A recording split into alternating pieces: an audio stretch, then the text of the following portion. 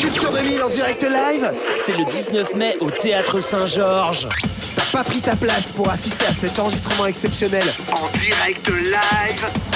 Fonce l'acheter sur Twitter et Facebook @Culture 2000. Le Conseil de sécurité de l'ONU a condamné immédiatement. Vous n'avez pas, M. Mitterrand, le monopole du cœur. Ouais, j'ai vu Brel. Les présidents, ils sont pas pour nous. C'est moi. Vous pensez tous que César est un con. Comment ce groupe d'hommes peut décider pour des millions et des millions d'autres hommes? 12, 11, 10, 9, ignition sequence start. Mesdames et messieurs, culture générale. Bonjour et bienvenue dans Culture 2000. Bonjour à tous, bonjour Jean-Baptiste. Bonjour. Bonjour Johan. Bonjour. Bonjour Marlène. Bonjour. Bonjour Léa. Bonjour. Et bonjour Vincent Lucas. Vincent, tu es journaliste à Ouzbek-Erika. Tu es notre invité aujourd'hui. Bonjour. Bonjour à tous. Bonjour. Aujourd'hui dans Culture 2000, on vous parle de l'écologie. Alors si vous pensez que l'écologie se résume à un petit logo vert qu'on appose sur un produit industriel, vous vous trompez. L'écologie, c'est un sujet très vaste. C'est un sujet très vaste, donc on pourra pas vous parler de tout, mais on va essayer de vous donner quelques clés pour se repérer un petit peu dans ce vaste monde. Qu'est-ce que ça vous évoque, l'écologie, d'un mot comme ça là, Jean-Baptiste? Rien du tout. T'as fait la tête du rien du tout. C'est tellement ancré en moi, si tu veux, que ça m'évoque plein de choses, mais on en parlera dans l'extrait. Si, ça m'évoque mon petit Fairphone. Voilà, c'est vrai que t'as un Fairphone. Ouais. Pour un téléphone qui se veut le plus écologique possible, même si bien évidemment un Il ne peut pas l'être. ne peut pas l'être pour toutes les terres rares qu'ils utilisent, des petits métaux précieux, mais en tout cas on peut faire des petits efforts. Déjà bien engagé, même dans l'intro. Léa, ça t'évoque quoi le mot écologie? La première fois que j'y ai pensé et que j'ai un peu compris ce que c'était, c'est quand je recyclais le petit carton du papier toilette. Donc D'accord. ça me fait penser à ça. Voilà, tout à fait. Marlène? Moi, on n'est pas très loin de Léa. Ça me rappelle ma classe de CM2 et mon premier émoi écologique, c'était papier panier. Et genre, t'avais un slogan pour ça? Non, dans l'école, il y avait papier panier, genre tu mets plus ton papier par terre. Voilà. Johan? Moi, ça m'évoque José Bové. Un peu D'accord, mon premier coup de foudre amoureux d'un point de vue politique, je parle pas de la Mais tu as le droit d'aimer les moustaches. Et puis après, je me suis un peu fâché avec lui. Voilà. D'accord, Vincent, en dernier, t'as le droit au mot de la fin. Oui, écoute, peut-être j'hésite entre le très très terre à terre, les petits verres de compost, ou bien le très très grand, la Blue Marble, la première photo de la Terre vue de l'espace. Ah ouais, absolument. On va se faire un petit extrait sonore, c'est la tradition, tout de suite. Mon Dieu, la puissance, l'énergie, la force tellurique qui émane de cet être vivant. Moi, mon inspiration, je la puise pas que dans cette espèce de gélatine qu'on appelle un cerveau. C'est là, quoi. Tu vois, c'est dans ce qui vient de la terre. Tu vois, cette énergie-là. Je sais pas, il y a des gens, ça fait rire, ça. Moi, je te jure, c'est... Tant pis pour eux, quoi. Les pauvres, ils savent pas. Ils peuvent pas ressentir ce que je ressens. C'est dommage pour eux, moi j'ai de la peine pour eux. Tu vois, quand tu poses tes mains là, quand tu poses ton corps là, quand tu poses ton front. Alors pour info, c'est Francis Lalanne qui parle d'un arbre. Ce n'est pas une personne. Ce n'est pas un cheval non plus. Qui agrippe un arbre. Bah oui. C'est dommage que t'aies pas trouvé dans le même genre Paco Rabanne qui raconte comment il fait l'amour à la terre. Ah bah oui, pour la fertiliser, c'est très très gênant. C'est très phallocrate et gênant. Alors tout de suite, en guise d'introduction, on pourrait définir le terme écologie. C'est quoi en fait, très largement, qu'est-ce que c'est que l'écologie? C'est une science. C'est la science de la relation entre les êtres vivants et le milieu dans lequel ils vivent. Voilà. D'accord. Mais aujourd'hui, quand on dit écologie, on pense moins à la science qu'à la politique. Les deux en fait. Ouais, c'est effectivement à l'origine une science et aussi le terme aujourd'hui d'écologie politique qui représente justement les formes d'organisation sociale et politique qui visent à réfléchir justement non pas à l'homme extrait de tout, mais à l'interaction entre l'homme et son environnement. Très bien. Vincent, je m'adresse à toi parce que toi, tu es rédacteur, on l'a dit au début, chez Ouzbek-Erika. Tu es aussi podcasteur. Et votre job à Ouzbek-Erika, c'est d'anticiper le futur. J'imagine donc que tu vois pas mal de trucs sur l'écologie. Est-ce qu'il y a un changement ces dernières années sur la manière dont on traite l'écologie? Est-ce qu'on s'y intéresse un peu plus? Alors, si on veut être optimiste et si on veut regarder un petit peu l'histoire en train de se faire, puisqu'on fait un podcast sur l'histoire, moi j'ai l'impression qu'il y a eu un tournant en fait après l'électrochoc de la démission de Hulot, donc en fin août dernier. Ça aurait marché alors. Ça aurait un peu marché. Alors disons que c'est une dynamique en cours, qu'il n'y a pas encore vraiment de victoire au bout du truc. Mais je me suis amusé à lister un petit peu ce qui s'était passé et ce qu'on avait reçu nous, parce qu'on reçoit une tonne de communiqués, on reçoit une tonne d'éléments, d'appels, d'initiatives. Ouais. Et en fait, c'est au mois de septembre qu'il y a beaucoup de trucs qui sont accélérés. Pour vous donner quelques exemples, il y avait donc l'appel de 700 scientifiques français, une tribune dans l'IB en septembre qui appelait à agir d'urgence contre le réchauffement climatique, qui elle-même relayait l'appel de 15 000 scientifiques à travers le monde qui avait été lancé en 2017, qui appelait à lutter contre l'état catastrophique de la planète dans à peu près tous les domaines. Au même moment, quelques jours après aussi en septembre, il y avait 200 personnalités dans le monde qui appelaient à régler le cataclysme planétaire en cours de chanteurs Cataclysme de chanteurs, tu veux dire ou... C'est un peu les enfoirés version... Il y avait Bono peut-être dedans. Ah, c'est ça. Mais bon, bref. En jet privé. Il y avait plein d'autres appels qui sont multipliés. Il y avait les coquelicots. On peut mentionner aussi Charlie Hebdo qui a relayé les coquelicots, appuyés par 500 000 pétitionnaires aujourd'hui dans plein de villages de France qui veulent juste interdire tous les pesticides de synthèse dans le pays. Il y avait le manifeste étudiant, des étudiants de grandes écoles, de l'ENS, de Polytechnique, qui sont aussi plus de 25 000 signatures, qui eux interpellent leurs écoles et leurs futurs employeurs pour dire encore en septembre, nous on veut vraiment qu'il y ait un tournant radical qui soit pris pour protéger la planète. Et puis il y a évidemment les marches. La première marche pour le climat, c'était en septembre aussi 2018. Plus de 100 000 personnes, c'était inédit à l'époque en France. Une marche sur cette thématique-là écologique qui se répercute avec le temps. Évidemment, aujourd'hui, on enregistre ce podcast donc le 16 mars, qui est le jour de la marche du siècle. Ouais. Nous, on a décidé de pas marcher, du coup. On est assis, on est assis pour le climat, voilà. Mais voilà, cette marche, on n'a pas encore, du coup, évidemment, les chiffres sur l'ampleur de la marche, mais elle succède une marche qui a eu lieu la veille, la marche des étudiants et des lycéens à travers le monde. Plus de 2000 villes dans le monde ont participé à cette marche-là. 160 000 jeunes en France, d'après les organisateurs, et plus d'1 million et quelques dans le monde, d'après les décomptes qui sont encore temporaires. La veille encore, le 14 mars, il y avait le recours en justice contre l'État, l'affaire du siècle, qui avait, elle, été soutenue par plus de 2 100 000 pétitionnaire. J'ai signé. C'est vrai aussi. On est beaucoup à avoir Depuis ton Fairphone ou pas? Ça compte 2 voix du coup. Non, je crois pas. Mais voilà, c'était encore une pétition, tout domaine confondu, inédite en France, un record absolu de pétitionnaires qui a été signé en moins d'un mois. Il y avait plus de 2 millions de personnes, je crois que c'était assez hallucinant le rythme. Donc il y a comme ça une espèce d'accélération qu'on ressent dans les marches, dans les appels et dans les initiatives. Nous, sur Uzbek Erika, on a relayé d'autres marches. Il y avait plein de trucs plus régional. Il y avait l'appel de la montagne, l'appel pour s'encorder pour le climat, de gens qui constatent, eux, sur le terrain, avec leurs glaciers, que ça fond très très vite, qu'il y a des gros problèmes environnementaux. Il y a des appels aussi à la désobéissance civile qui se multiplient. Il y en a eu en Angleterre, le mouvement Extinction Rebellion qui s'est créé en octobre, qui se crée en France là en mars. Ouais. Il y a Ça peut être une piste, ça, Yohan, là, pour tes week-ends? Ouais, bien sûr. Ça crée une bonne ambiance en général quand tu finis en garde à vue. Voilà, et pour finir, il y a un vrai soutien de ce genre de mouvement parce qu'il y a donc un fort écho médiatique à tout ça, et puis des sondages qui donnent raison à ces mouvements, puisque alors j'avais lu 78% des Français qui voulaient que le gouvernement fasse de l'environnement une priorité dans son action, et un récent sondage fait commandé par des acteurs du climat évidemment, mais publié là en mars, un sondage BVA réalisé en janvier, il disait que 44% des Français étaient d'accord avec la citation suivante, qu'ils voulaient marquer une rupture totale pour prendre en compte l'ampleur des enjeux à relever. Donc il y avait une forme aussi de radicalité qui n'est pas majoritaire, mais qui est quand même très très élevée. Je pense que le gouvernement a entendu, à mon avis. C'est sûr et certain. Donc c'est une note un petit peu optimiste que je voulais vous donner en début de podcast. En début, tu fais bien parce que Après, ça va chier.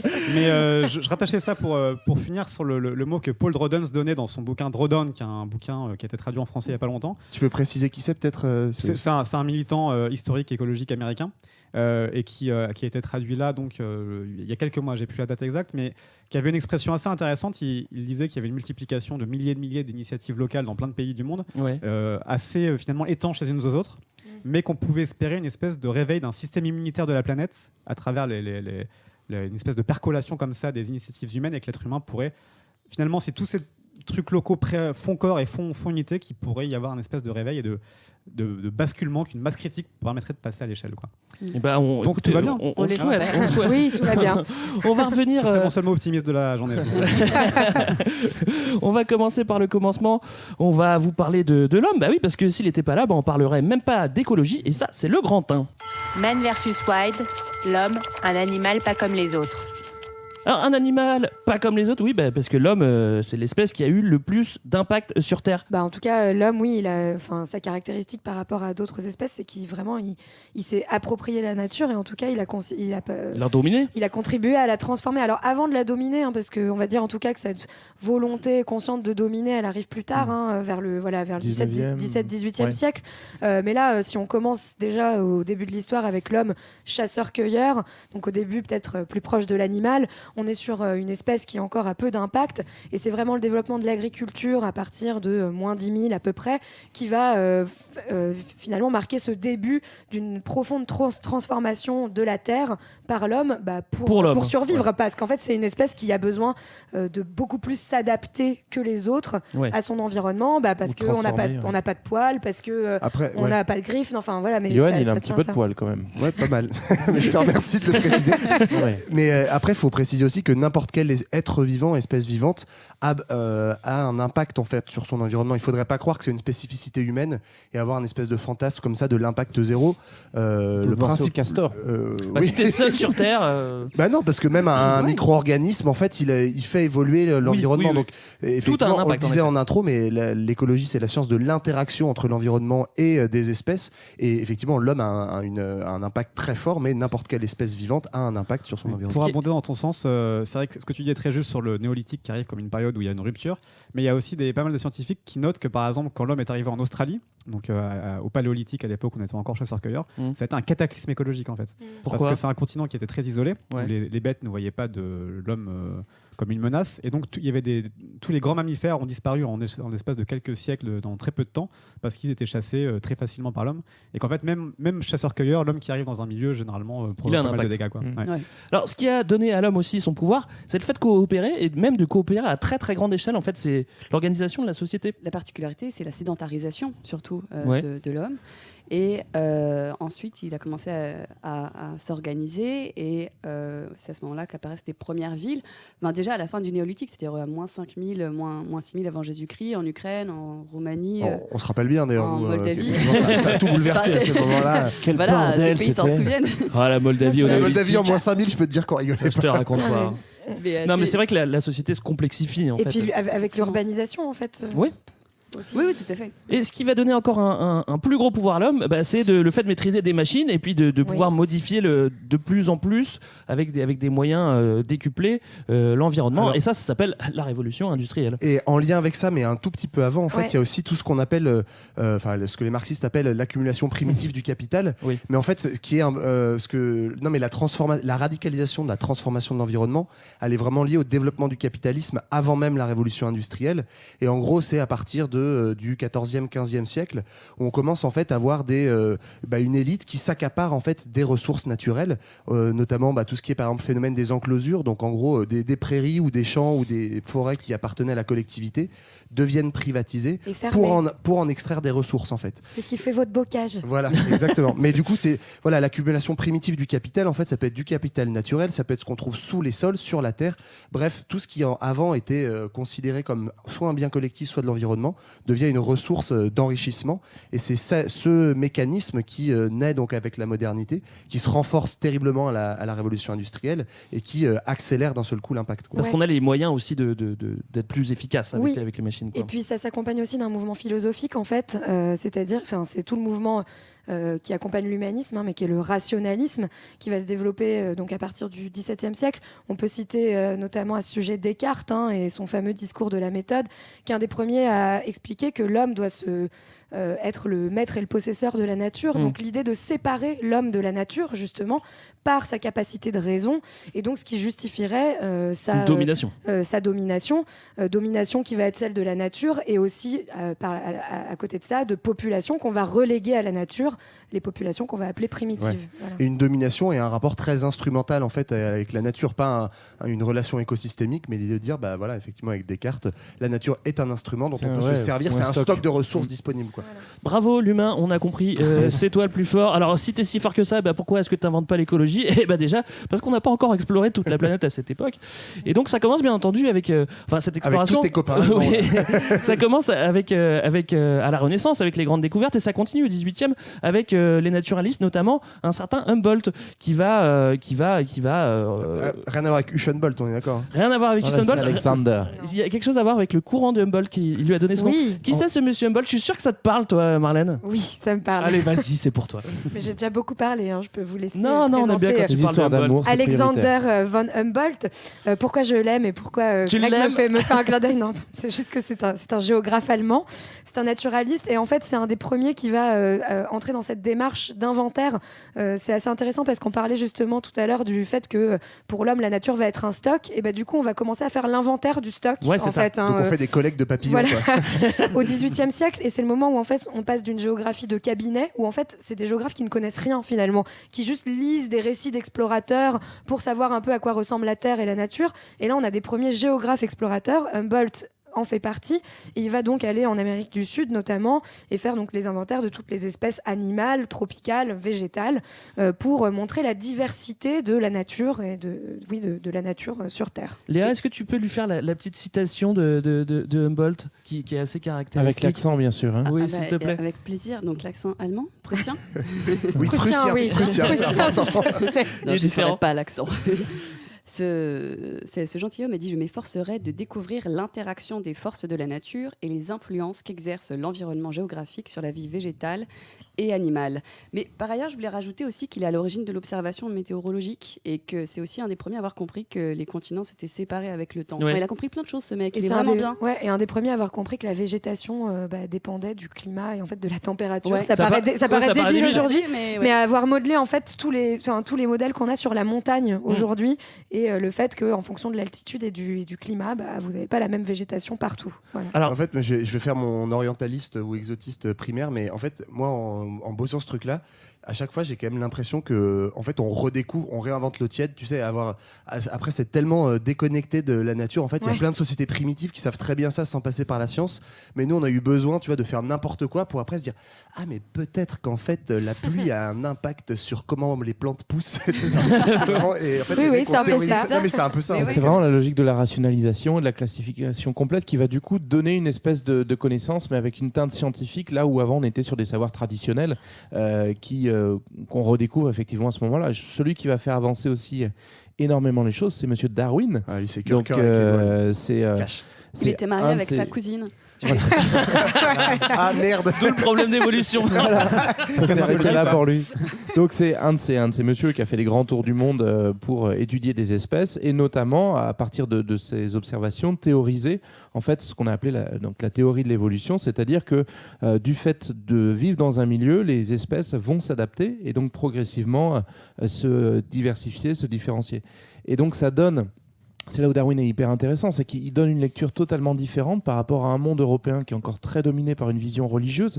Jusqu'à présent, on se disait que, en gros, le monde, la nature, c'était un don de Dieu, c'était une création. Don de Dieu. Voilà. T'as même des penseurs chrétiens qui disent, qui sont des primo-écologistes dans le sens où ils veulent défendre la création donnée en responsabilité aux hommes. C'est un peu la figure de François d'Assise au XIIIe siècle là-dessus. Mais la rupture qu'amène Darwin, c'est de dire, en fait, non, pas du tout. On est dans un modèle qui est en changement, en évolution permanente, et même l'homme en fait est issu d'une évolution, donc ça vient contredire une lecture très religieuse du monde et ça va amener totalement une lecture autre de l'écologie. Et tu dis religieux, je pensais même plutôt catholique pour le coup, parce que lui il était assez intéressé par le bouddhisme, donc il était quand même très intéressé par la religion, mais une autre religion. Mais ça rappelle aussi un truc intéressant, moi je trouve, de rappeler Darwin aujourd'hui, c'est qu'il y a certaines lectures écologistes qui sont très conservatrices et préservatrices en fait d'un espèce d'état momifié de la nature. Alors qu'en fait, Darwin rappelle bien qu'en fait l'évolution des espèces c'est quelque chose qui a toujours existé, qui nous préexistait et qui nous suivra très certainement. Enfin, si quelque chose nous survit, mais globalement voilà. Donc en fait, l'évolution c'est normal. Il s'agit pas de défendre un statu quo. En fait, c'est pas ça l'écologie. Pour compléter sur Darwin, il y a souvent justement une mauvaise lecture qui a été faite de Darwin, qui a été récupérée notamment par le libéralisme, où on dit c'est la loi du plus fort, la loi de la jungle. Darwin, c'est de dire l'évolution, ça facilite le plus fort et ça donne raison au plus fort. En fait, Darwin dit bien dans ses écrits, ce que relèvent plein d'écolos aussi, que sa sélection naturelle, elle parle aussi beaucoup d'entraide. En fait, une forêt, c'est quoi ? C'est des champignons qui nourrissent les racines des arbres, qui nourrissent les bactéries, et c'est tout un système de coopération, d'effets vertueux réciproques. Et il y a une phrase que j'aime bien, qui résume bien la chose, c'est de dire, au sein d'un groupe, le plus fort s'en sortira le mieux, mais parmi les groupes, c'est le groupe le plus coopératif qui s'en sortira le mieux. Ouais. Et en fait, tu as aussi une sélection de groupes. Trump, il en a rien à foutre, hein, il s'en sortira mieux tout seul. Alors, à terme, Dans je pense sa pas tour. voilà, mais voilà, c'est intéressant de rappeler qu'il est aussi, c'est le titre d'un bouquin d'ailleurs de Pablo Servigne et ça y est. Voilà, on en vient, qui s'appelle L'entraide ou l'autre loi de la jungle et qui réhabilite cette idée-là que en fait la loi de la jungle c'est aussi l'entraide. Alors on revient sur nos petits naturalistes. Il y en a un autre qui n'a absolument rien inventé à part le terme écologie. C'est Ernest Haeckel. Et il y a pas grand-chose à dire. Si ça permet juste de dire que ce qu'on l'a pas dit étymologiquement en fait écologie ça vient du grec de oikos et oikos en grec en fait c'est la maisonnée, la famille au sens de le milieu en fait voilà l'espace de vie, l'habitat. Faut toujours que tu te la racontes en sortant des mots de l'étymologie. Ok, d'accord, merci. Tous ces naturalistes, on l'a dit, permettent une plus grande connaissance de la nature et donc on l'a dit que ce travail en fait de classification, il est indispensable parce que il y a un côté économiste, c'est-à-dire qu'on va dire il y a tant d'arbres à cet endroit-là, mais en fait c'est aussi ce qui permet de voir l'évolution de l'écologie. Ouais. On a les comment ils s'appellent déjà, les botanistes, les YMCA, les naturalistes, ouais. Naturalistes, pardon, on en parlait pendant une demi-heure. Ils inventent quelques termes. Est-ce que vous pouvez me donner 2-3 termes qu'ils ont inventés ? Notamment celui d'écosystème qui nous sert comme grille de lecture aujourd'hui, c'est-à-dire c'est un milieu particulier dans lequel des êtres vivants vivent en interaction avec ce dit milieu, donc ça va permettre de découper des espaces et de pouvoir mieux les étudier. Donc on peut penser à la savane, à la steppe, à la toundra. À ce studio aussi. C'est un écosystème qui commence à chauffer d'ailleurs. Oui. À ton frigo. Merci l'homme, merci les naturalistes. On connaît à présent le monde. La science a nommé l'écologie, elle est née. Ça aurait pu en rester là si l'homme n'avait pas eu un impact aussi grand pour son environnement. Et c'est justement à ce moment-là que l'écologie commence à être politique et c'est notre grand 2. Man versus Wild, et si l'écologie devenait politique ? Comment est-ce qu'on prend conscience de l'environnement ? Il faut un constat direct devant nos yeux. Et déjà, au 18e, on a quelques petits exemples qui sont plutôt sanitaires, en fait. Ouais, alors moi je voulais juste dire un truc avant les exemples sanitaires, c'est que en fait on le voit là, tous les naturalistes qu'on vient de raconter, ça donne d'emblée un paradoxe qui est qu'en fait comprendre la nature, c'est à la fois la comprendre pour la préserver, mais dès le départ ces naturalistes ils sont utilisés pour exploiter les ressources. Donc dès la naissance entre guillemets des premiers écolos, c'est à la fois paradoxe entre exploiter et préserver. Et donc c'est dans ce contexte-là effectivement que, comme tu dis, il y a des premières mesures sanitaires parce qu'on a commencé à bien exploiter à partir de la révolution industrielle la nature, et donc notamment dans les pays occidentaux, on commence à en voir les effets, et une des premières mesures, je crois, c'est aux États-Unis. Ouais, parle peut-être de l'île Maurice, justement, parce que c'est plus en rapport avec l'exploitation. Il y a Pierre Poivre, que tu dois bien connaître, parce qu'il est lyonnais, Jean-Baptiste. Tout à fait, un bon copain.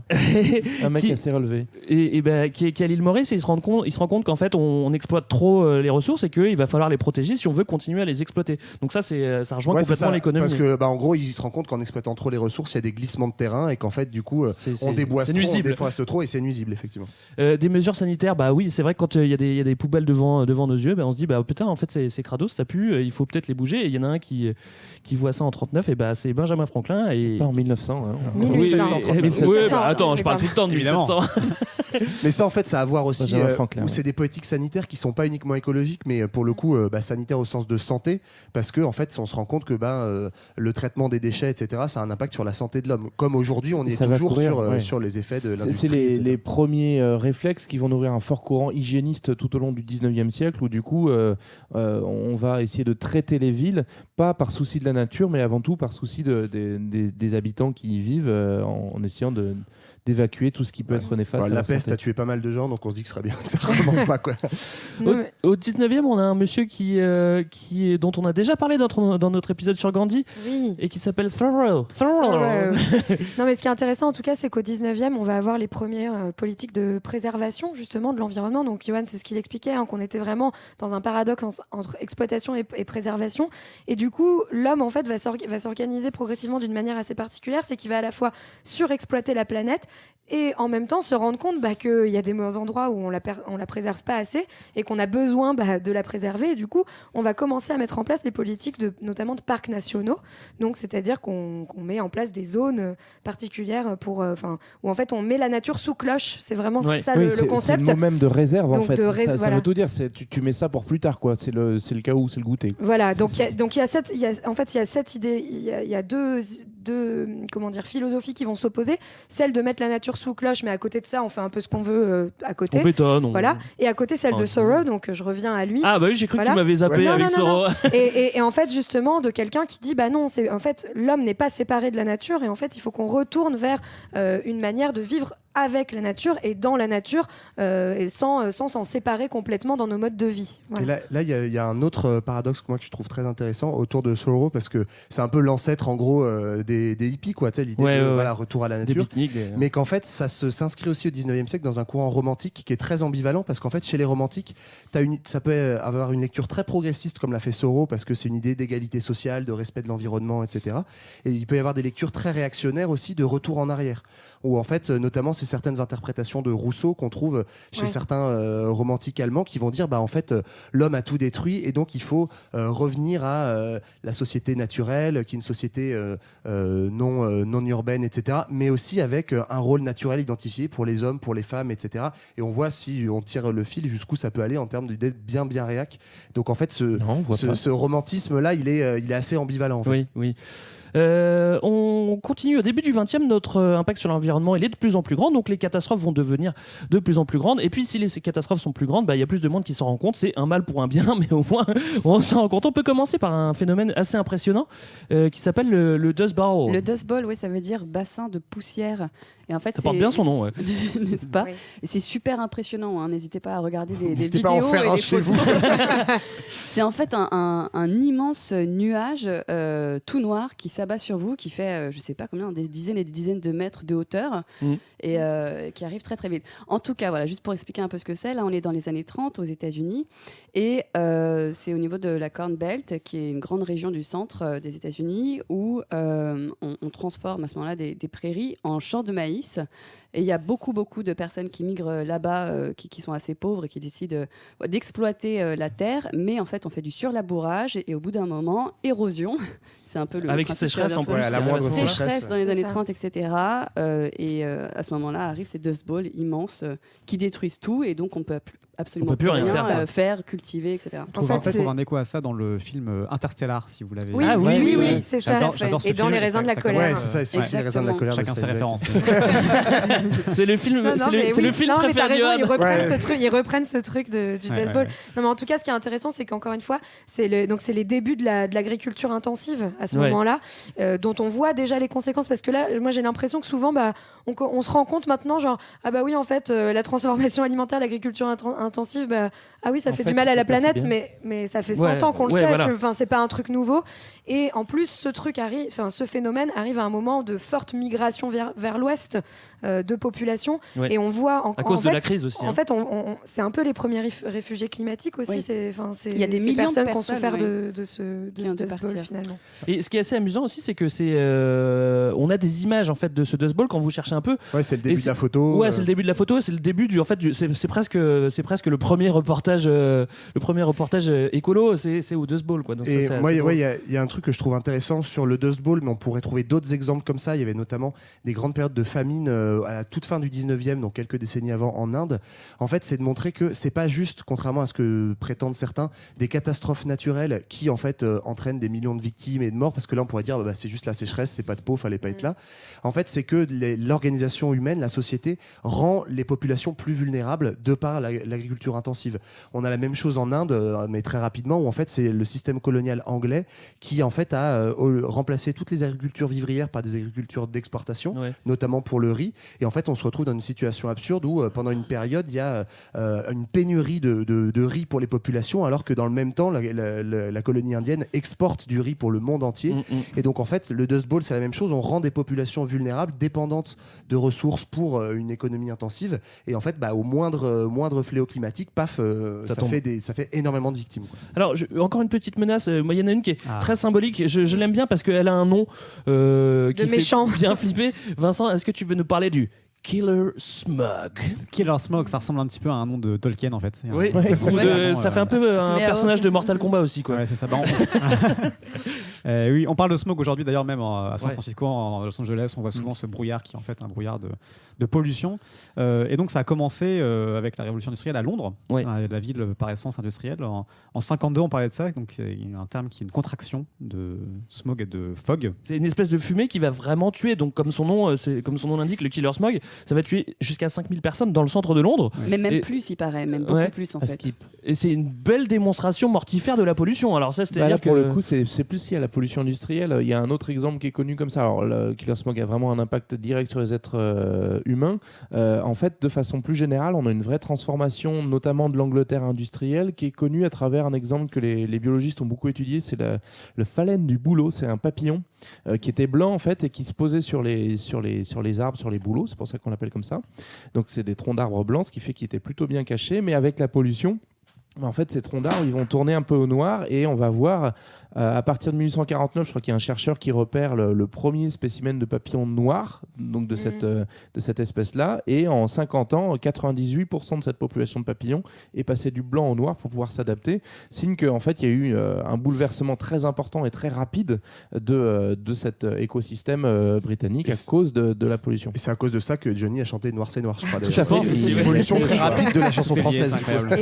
Et peut-être juste pour rebondir là-dessus, ce qu'on peut dire encore, c'est que la question écologique, là, elle rejoint les questions sociales, encore une fois, parce que à ce moment-là, en 52, Londres va subir ce killer smog parce qu'il y a énormément d'usines qui sont au cœur de la ville de Londres, souvent dans les quartiers est, comme dans toutes les villes. Ça, c'est une histoire de vent, tout simplement. On mettait les usines à l'est des villes, et c'est pour ça que les quartiers ouvriers étaient en général dans les parties est, parce que le vent vient de l'ouest, et que du coup, il fallait pas que ça balaye les quartiers riches. Ça s'est transformé en quartier pauvre. Voilà. Non, mais en tout cas, du coup, pas à Londres, ce killer smog, c'est à partir de là qu'on va commencer à retirer les usines des villes, et notamment à les mettre plus loin, donc à aller polluer d'autres espaces, d'autres campagnes, et notamment des espaces smog, mais pas chez nous, quoi. Qui étaient plus pauvres aussi que ceux des villes et des centres-villes. Donc encore une fois, la question écologique, c'est juste pour rappeler ça, qu'elle a un impact social très important. Ce qui n'était pas nouveau d'ailleurs, parce que dans les villes moyenâgeuses déjà, on avait tous les tanneurs et les trucs polluants qui étaient en amont de la rivière, où tu avais les quartiers riches avant. Ils sont pas cons, ces riches. Il faudrait les écouter plus souvent. Ils sont peut-être pas riches pour rien, Johan, si tu bossais un peu plus. C'est vrai, merci. Bon conseil. Bon, le killer smog, c'est rien comparé à la bombe atomique, évidemment. Niveau destruction, on est au level au-dessus. On avance un petit peu, évidemment.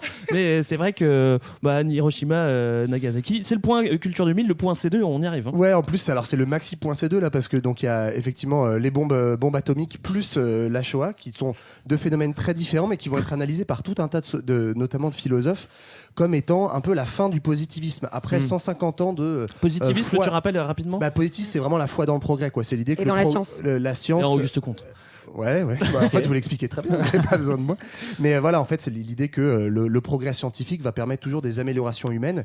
Et en fait, le choc de la Seconde Guerre mondiale, que ce soit d'un point de vue humain, d'un point de vue écologique, etc., avec toutes ces catastrophes, c'est que non, en fait, le progrès théoriquement scientifique est aussi capable de faire des catastrophes pires que ce qu'on pouvait imaginer.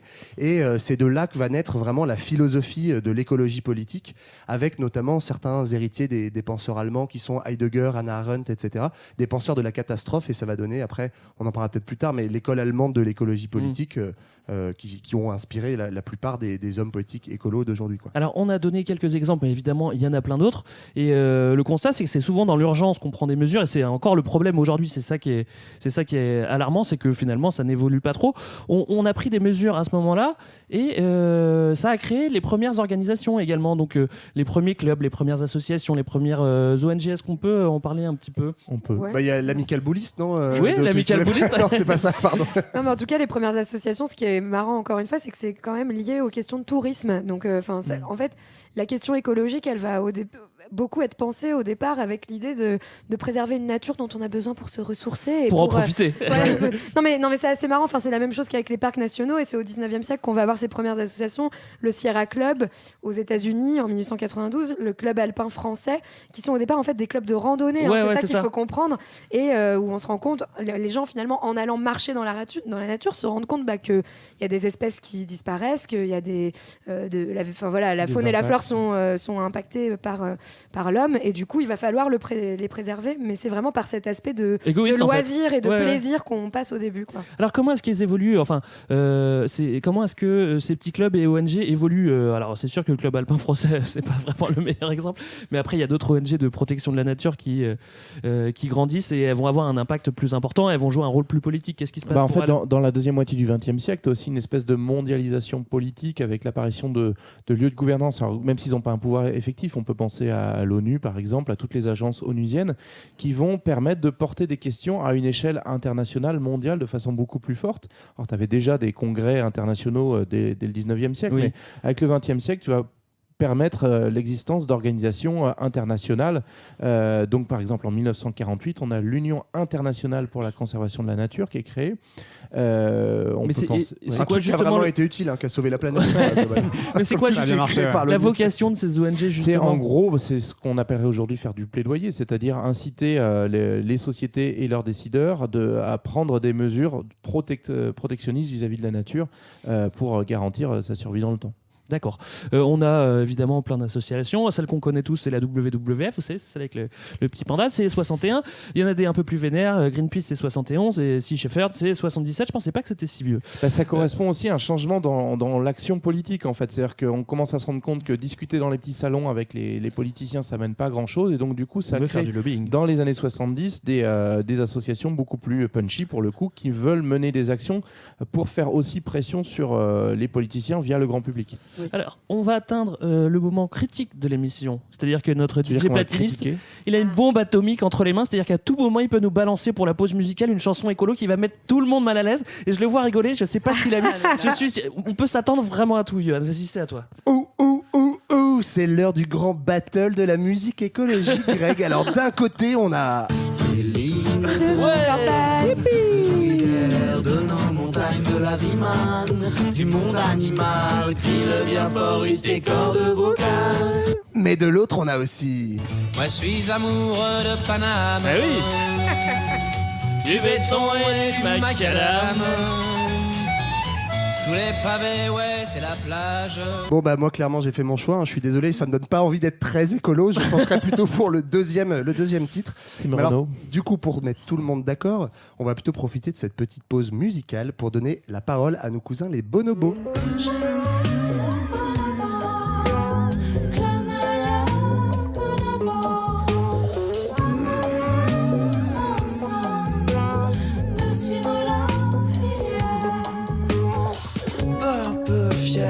Ensemble de suivre la filière dont tu naquis, petit homme par étrange bizarrerie. De mère nature, de maman Lucie, j'étais bonobo, clama la bonobo, pas peu fier ensemble de suivre la filière. Mes cousins masculins, féminins. Mes benjamins qui se prétendent humains. Parfois je me demande, soupire le bonobo, si ça valait la peine de se donner tant de peine pour que votre race guerrière, incendiaire, carnassière occupe toute la scène. J'étais bonobo, clama la bonobo, pas peu fier ensemble de suivre la filière. C'est ainsi que vaincu sans une once de venin, sombrant dans sa tanière, disparu bonobo. J'étais bonobo, clama la bonobo, pas peu fier ensemble de suivre la filière, tandis que plus malin la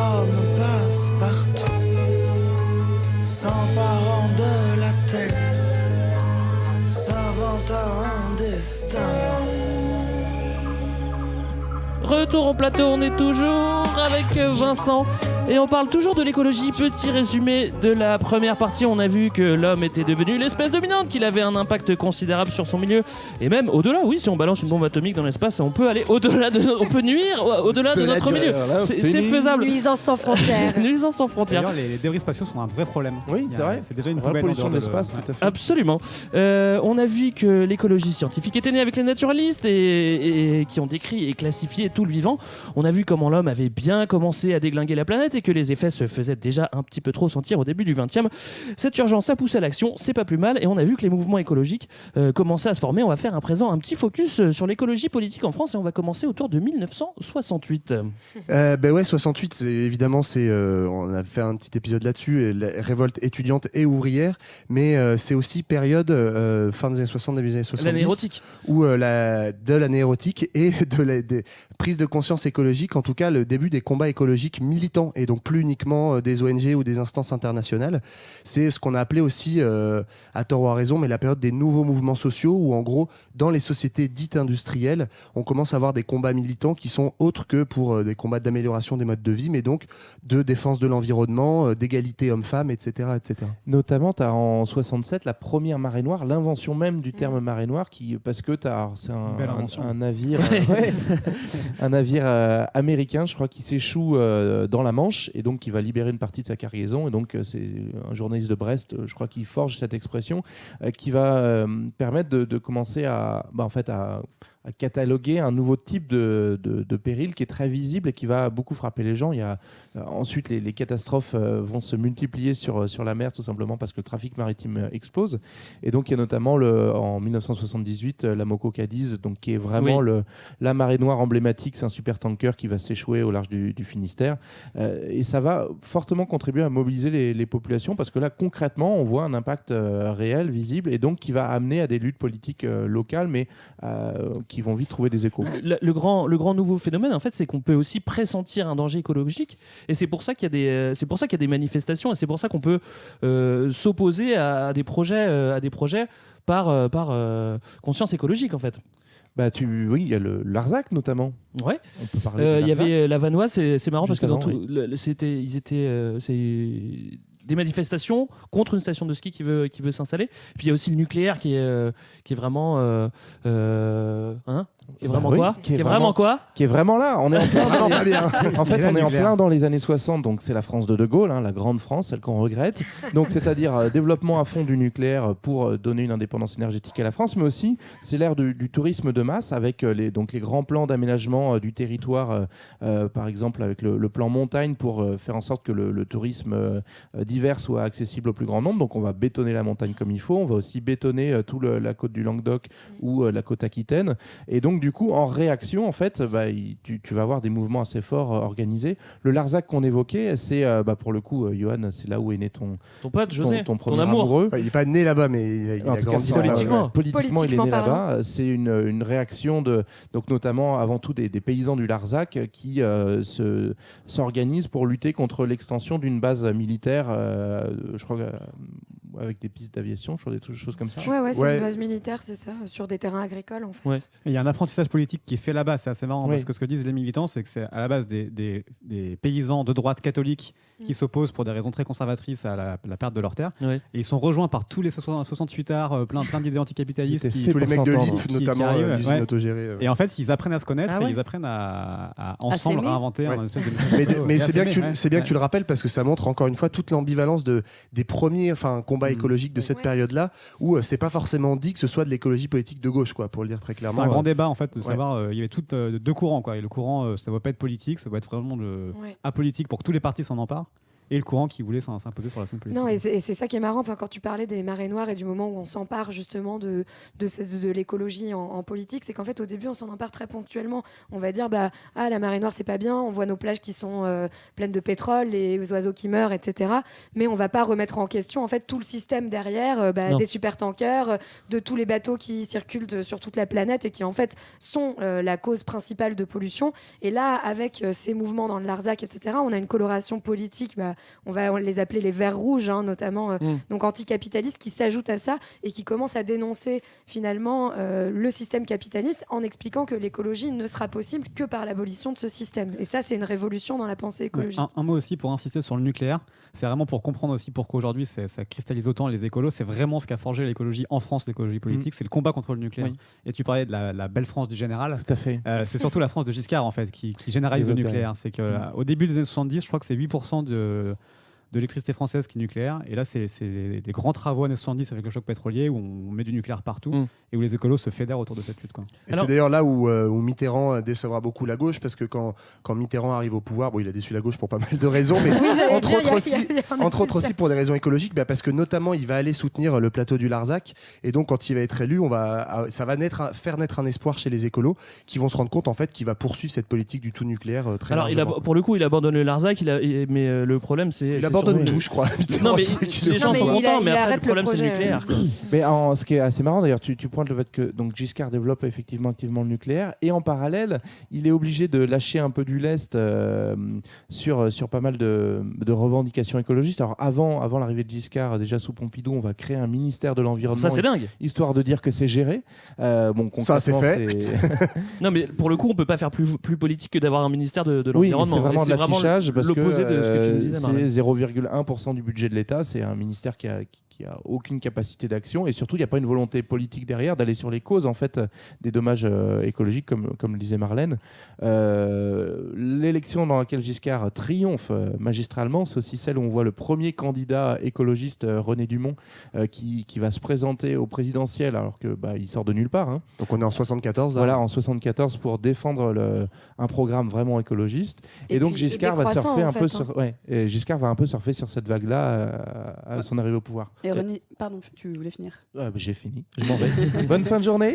Tu voulais nous parler de René ? Oui, je voulais parler de René parce que j'ai regardé cette petite vidéo avec sur le verre d'eau. Oui, où il prend un verre d'eau, il regarde la caméra et il dit « Je bois devant vous un verre d'eau précieuse. Avant la fin du siècle, elle viendra à manquer. » Et ça m'a vraiment beaucoup émue. Mais alors, pour le coup, heureusement, il avait pas raison, parce que c'était au 20e et on est au 21e. Il y a des endroits où ça manque. Oui, il y a des endroits où ça manque. Mais Palestine, oui, mais pas dans ta salle de bain, Greg. C'est vrai que ta baignoire de 400 litres, t'es peinard.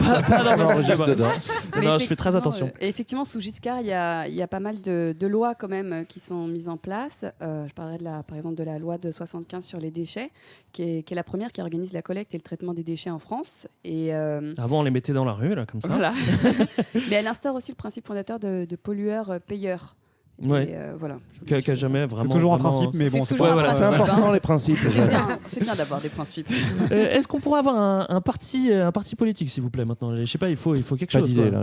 Un parti vert ? Non, ça n'existe pas. Vert. Si, ça existe. En fait, le parti vert, le truc, personne ne veut trop en parler parce que bon, le parti vert, il a jamais été flamboyant en France. Ah, c'est pas pour ça qu'il faut pas en parler. Bref, non, mais enfin, en fait, on retombe sur ce problème politique justement. C'est ce dont parlait Vincent au début. C'est qu'on ne sait pas trop quoi faire de cette question écologique. Est-ce que justement on la lie de manière systémique à plein d'autres questions, aux questions sociales, aux questions économiques, ou est-ce que justement c'est un truc un peu en plus de tout ce qu'on fait en politique dont tout le monde doit s'emparer ? Et donc en fait ce parti il va décider progressivement, mais au début on ne sait pas trop. En tout cas il est créé dans les années 80.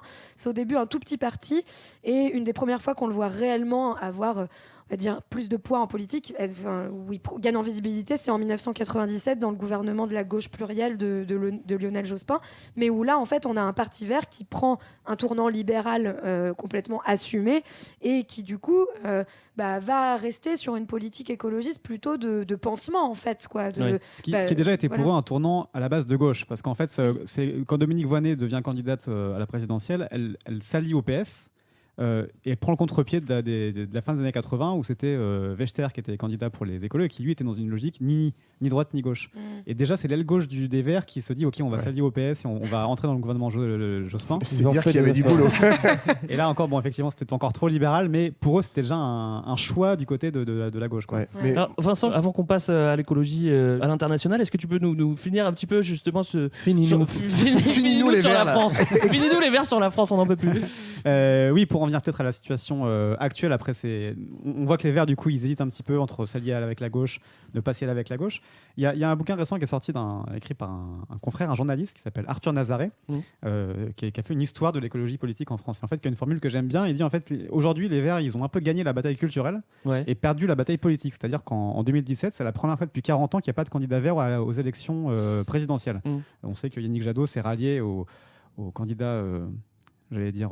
je ne trouve pas de terme élégant, mais pas très victorieux, Benoît Hamon. Ils font 5% à 2. 6%. C'est étonnant parce que ça arrive à un moment où finalement l'écologie a gagné dans les idées. On voit que tous les partis de gauche en parlent. Alors on peut douter de leur bonne foi, mais en tout cas ils en parlent. Il y a de droite aussi. Il y a de droite aussi. Et puis, Corinne Lepage. Il y a Corinne Lepage. Et il y a comment elle s'appelle, la navigatrice Maud Fontenoy qui était tout à fait stature de droite écologique. Pour rester sur la gauche, aujourd'hui il y a quand même 3-4 partis en gros qui émergent. Alors aujourd'hui, pour parler du plus récent, il y a Place Publique, le truc de Raphaël Glucksmann avec Thomas Porcher et Claire Nouvian qui a démonté le mouvement, qui aujourd'hui, alors on parle en direct le 16 mars, mais le Parti Socialiste sera en train de se rallier à eux pour les élections européennes, et eux ont fait clairement de l'écologie le centre de leur mouvement. Ils disent que c'est la mère de toutes les guerres, que si on perd cette bataille-là, les autres n'ont plus de valeur parce que les autres seront caduques. Le PS aussi, c'est assez intéressant sur leur site. Quand on va sur le site du PS, il y a le logo PS. Encore il y a encore le logo. Ils ont encore un site. Déjà, la rose est devenue verte en partie. Il y a les fleurs vertes. Ah, c'est vrai. Il y a pas que la tige. Mais ça, c'est parce qu'elle commence à faner, je crois. C'est possible aussi. Mais c'est écrit, en fait, il y a écrit PS, mais il n'y a pas écrit en dessous Parti Socialiste, il y a écrit Social Écologie. Ah ouais. Du parti, lui-même en train de se transformer. Personne n'est au courant. Ça, c'est arrivé hier, ça. Alors, ça, c'est arrivé c'est ce qu'a fait aussi Mélenchon avec la France Insoumise. Mais la France Insoumise, comment dire, leur programme, c'est milite pour une planification écologique.